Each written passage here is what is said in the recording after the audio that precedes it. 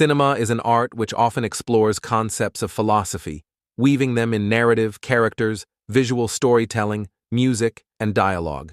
Whether or not a work is effective at communicating these ideas really depends on the talents of everyone involved in the filmmaking process. Still, even more can be drawn from a movie than is necessarily intended by the filmmakers.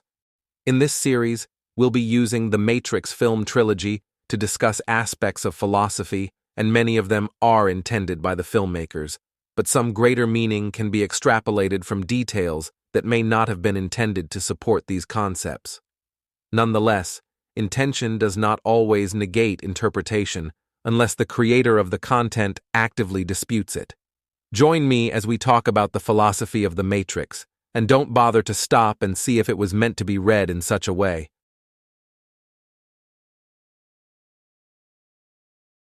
In one of the most engrossing expository scenes in cinematic memory, Morpheus asks Neo an important question: what is real? This is a question explored by philosophers since the dawn of man. Plato illustrated some interesting concepts surrounding perception and reality in Republic around 380 BC. It is popularly known as the Allegory of the Cave. In many ways, the Matrix mirrors this illustration. Before diving into the concepts that both Plato and the Wachowskis explored in their respective stories, it is important to understand what they were trying to illustrate. Both stories are an attempt to explain how a limited perception can skew one's understanding of reality and consequently limit access or comprehension of any greater truth. This sounds rather lofty, but, as we shall see, both stories use narrative limitations to explore these concepts in a far more digestible format than just scholarly jargon. First, both stories employ extreme limitations on the perception of its characters. In Plato's cave story, prisoners are restrained in such a way that they cannot observe anything other than a blank wall before them. Behind them is a fire that projects shadows onto the cave wall. Men on scaffolds use puppets to cast further shadows, and the reverberation of sound in the cave makes it sound as though all the sound is coming from the shadows. The only perception these prisoners have are the shadows on the wall. The Matrix likewise artificially limits the terms of reality for its characters. The Matrix, the system not the movie itself, is a digital prison of shared consciousness, and while the deception is more elaborate than Plato's cave, the effect is the same. The prisoner's sense of reality is controlled. Every aspect of it is merely a simulated reality. Smoke and mirrors used to make people feel what is going on is all there is. No one in the system is aware of it unless they are awoken or told about it, and even then, they have trouble believing it. Neo is drenched in the mundanity and feels there is something more, but has no evidence to support that. His life is as a prisoner in Plato's cave, only seeing what he is allowed to see, and altogether unaware of a greater reality.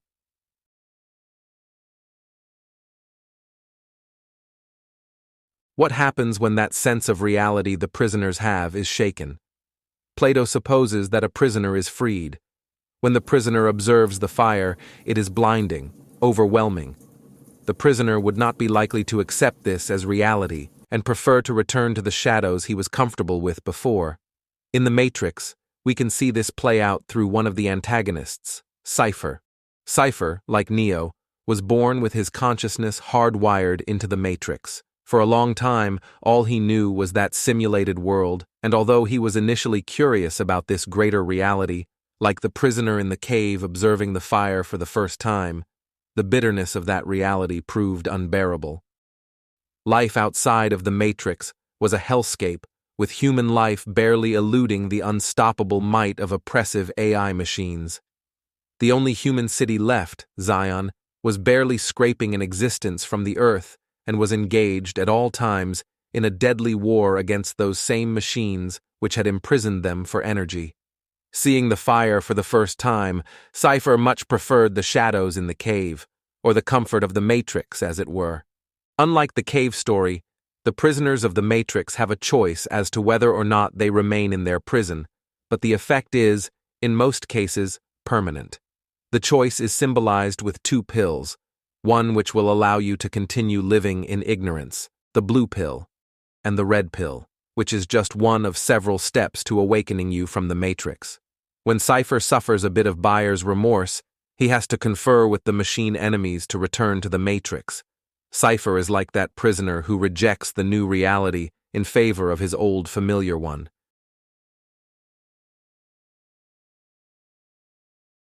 Suppose you get a prisoner completely out of the cave. Plato supposes this very scenario when he suggests that one prisoner is taken from the cave against his will. The blinding light of the sun overwhelms his senses, just as the fire before. It takes a whole lot of adjusting to get used to this. In the Matrix, when Neo takes the red pill to explore more deeply the truth of his plight, he eventually wakes up in the real world. Here, his muscles have atrophied, and his eyes hurt. Morpheus explains the reason. You've never used them before.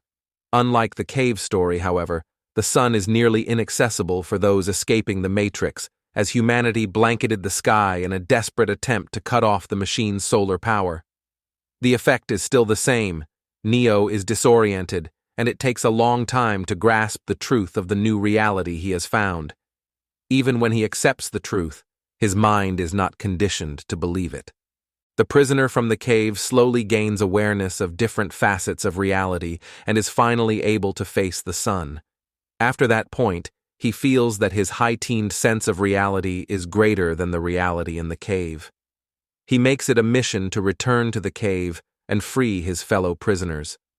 The enlightened prisoner is quite similar to Morpheus in the Matrix.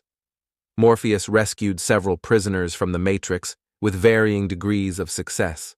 His excitement over the prophecy and over Neo highlights his optimistic and enlightened state. The story of the Matrix is told primarily from Neo's point of view. We receive information at the same time as Neo, and much of it comes from Morpheus. Both Neo and the audience are prisoners who have yet to see the sun. The difference is that for Neo, this is a real and true revelation, and for the audience, the revelation is merely a heightened layer of fiction. Neo, like Morpheus before him, becomes the sort of guy who wants to help free others from the Matrix. By the end of the film, he has seen the sun at last, and is going back into the cave to convince more prisoners to step out of the cave. People like Cypher definitely exist, and they will resist, to the last, any reality which is not their comfortable one. Plato's cave story ends on the note that other prisoners would resist enlightened ones to the point of murder if necessary to preserve the comfort of their own conception of reality.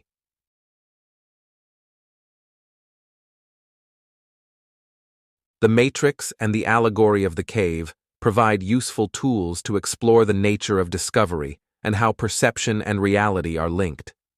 Both stories demonstrate human resistance to narratives which run counter to our own existing worldview, but also demonstrate that desire humanity has to share when one reaches a new summit of knowledge.